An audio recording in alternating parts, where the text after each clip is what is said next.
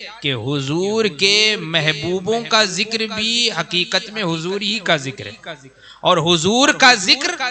چونکہ حضور اللہ کے حبیب ہیں تو حضور کا ذکر حقیقت میں اللہ کا ذکر ہے،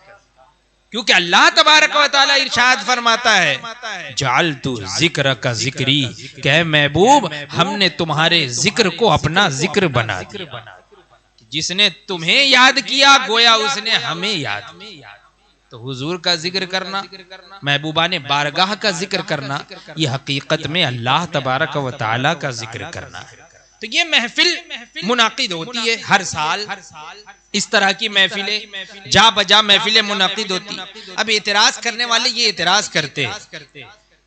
کہ اللہ تبارک و تعالی نے وہ انعام سال میں بلکہ زمانے میں ایک بار وہ انعام عطا فرمایا تو بس اس دن خوشی مناؤ، اس دن یاد کرو، جیسا کہ حدیث پاک میں ہے کہ حضور اقدس صلی اللہ تعالی علیہ وسلم کا چچا ابو لہب، حضور اقدس صلی اللہ تعالی علیہ وسلم کی ولادت کے دن ابو لہب کی ایک باندی حضرت سویبہ رضی اللہ تعالی عنہ وہ آئی اور انہوں نے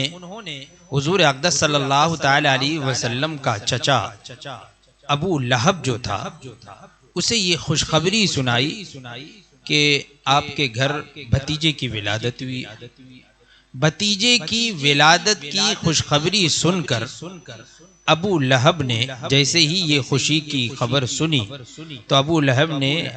اپنی اس ولادت کی انگلی سے اس نے اپنی باندی سویبہ کو حضور اقدس صلی اللہ تعالی علیہ وسلم کی ولادت کی خوشخبری سن کر آزاد کر دیا۔ بعد میں حضور اقدس صلی اللہ تعالی علیہ وسلم نے جب اعلان نبوت فرمایا تو سب سے بڑا مخالف اور دشمن یہی ابو لہب ہوا۔ جب حضور اقدس صلی اللہ تعالی علیہ وسلم نے اپنے خاندان پر اسلام پیش کیا تو ابو لہب نے معاذ اللہ کہا تبا لک، کہ تمہارے ہاتھ ٹوٹ جائیں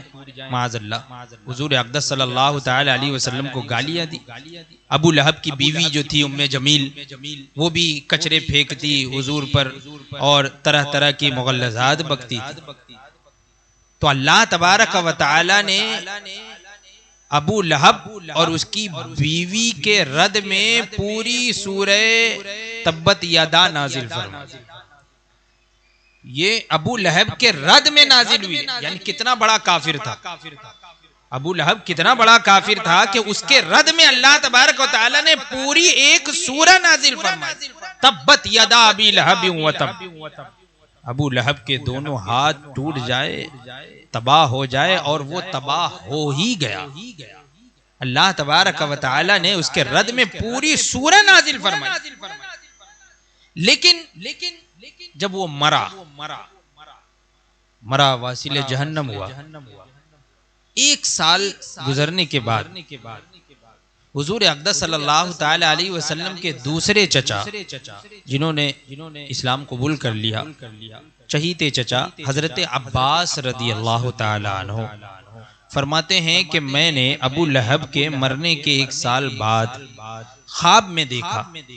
ابو لہب کو خواب میں دیکھا،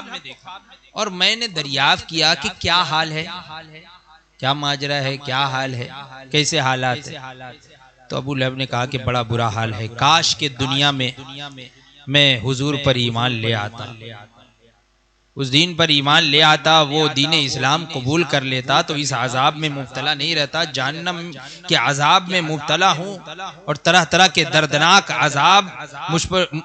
نازل ہو رہے ہیں۔ لیکن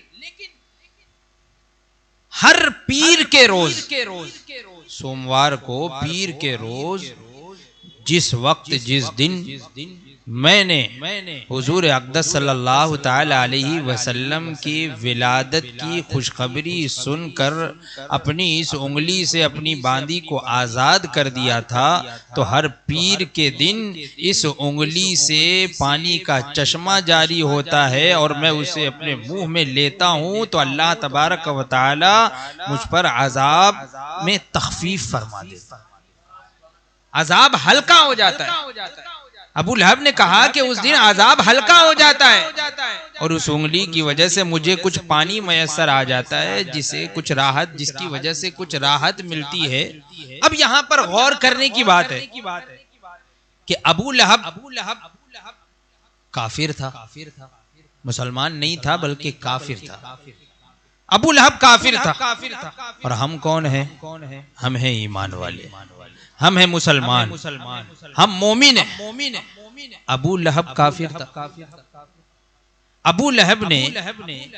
صرف بھتیجے کی خوشخبری سنی اور خوشی منائی۔ بھتیجے کی ولادت کی خبر سن کر اور خوشی منائی، نہ کہ اللہ کے نبی کی ولادت، بلکہ صرف ایک بھتیجے کی ولادت ہوئی ہے تو اس پر اس نے خوشی منائی، اور ہم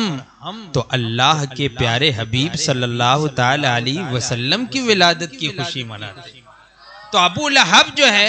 وہ کافر تھا، ہم مسلمان ہیں، اس نے ایک بھتیجے کی ولادت کی خوشی منائی تو اس کے عذاب میں تخفیف ہو سکتی ہے، تو ہم ایمان والے اپنے پیارے آقا صلی اللہ تعالی علیہ وسلم کو مانتے ہوئے، اللہ کا پیارا حبیب جانتے ہوئے، آخری نبی جانتے ہوئے، خاتم النبیین جانتے ہوئے، سردار کائنات مانتے ہوئے، رحمت للعالمین مانتے ہوئے، اور ان کی آمد پر خوشی منائے، تو ہمارا عقیدہ اور ایمان ہے کہ اللہ تبارک و تعالی کے پیارے حبیب صلی اللہ تعالی علیہ وسلم کی آمد کا ذکر اور اس خوشی منانے کے صدقے میں اللہ تبارک و تعالی ہمارے گناہوں کو معاف فرمائے۔